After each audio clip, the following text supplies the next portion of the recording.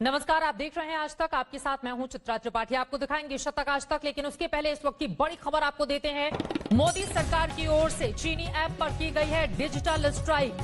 सरकार ने लोकप्रिय चीनी ऐप टिकटॉक समेत 59 चीनी ऐप पर लगा दिया है बैन। प्रतिबंध लगा दिया गया है। इन चीनी ऐप से निजता की सुरक्षा का मामला माना जा रहा था। हेलो और कैम स्कैनर पर भी प्रतिबंध लगा दिया गया है। यूसी ब्राउजर पर भी सरकार की ओर से बैन लगाया गया है। आपको बता दें, ये बहुत बड़ा फैसला। लाइकी, वीको पर भी देश में लग गया है प्रतिबंध। बीते कई दिनों से लगातार चीन के खिलाफ देश भर में जो माहौल था, उसके मद्देनजर भारत सरकार का ये बहुत बड़ा फैसला इस वक्त का।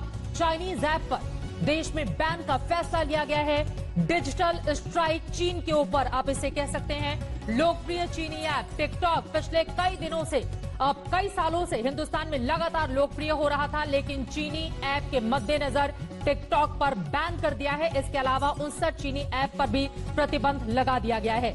हिमांशु मिश्रा हमारे संवाददाता जुड़ चुके हैं ज्यादा जानकारी के साथ। हिमांशु, पहले से ही इस तरह की उम्मीद की जा रही थी कि सरकार कोई बड़ा डिजिटल स्ट्राइक चीन के मद्देनजर कर सकती है, और आज ये बड़ा फैसला।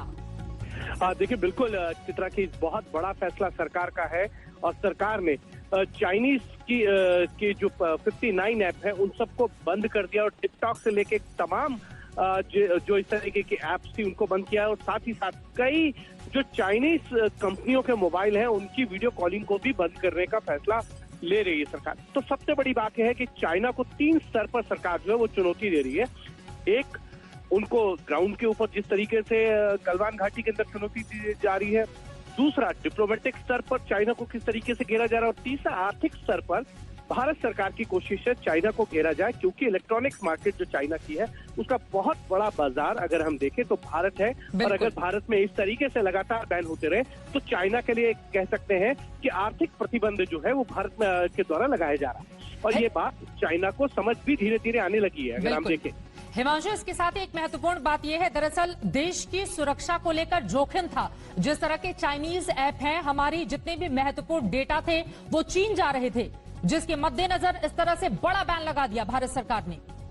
देखिए, बिल्कुल ये डाटा तो जरूर चीन जा रहे थे, और इन ऐप के जरिए चाइना को एक बहुत बड़ा, ये कह सकते हैं कि आर्थिक फायदा भी हो रहा था।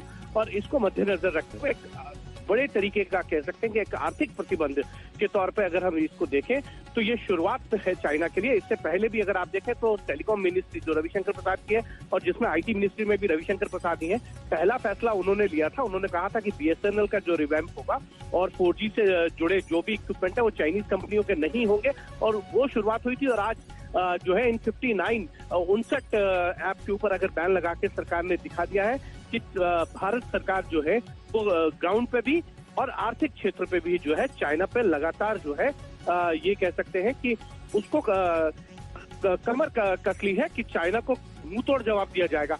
तो ये इस तरीके के बैन्स जो हैं वो आगे आने वाले दिनों में और भी देखे जा सकते हैं। अलग अलग मंत्रालयों से आपको इस तरीके की खबरें मिलेंगी, क्योंकि रेलवे ने भी इस तरीके के जो टेंडर्स थे जो चाइनीज कंपनियों को दिए गए थे उनके ऊपर बैन लगाया था, उनको रिव्यू किया था। और अब जब 59 इन ऐप के ऊपर बैन लगा के सरकार ने बता दिया है चाइना को कि अगर भारत बहुत बड़ा बाजार है चाइना के लिए इलेक्ट्रॉनिक क्षेत्र में भी, और उनके जितने रॉ मटेरियल है उसका भी एक बहुत बड़ा क्षेत्र बाजार है, और एक्साइज ड्यूटी भी बढ़ाई जाएगी।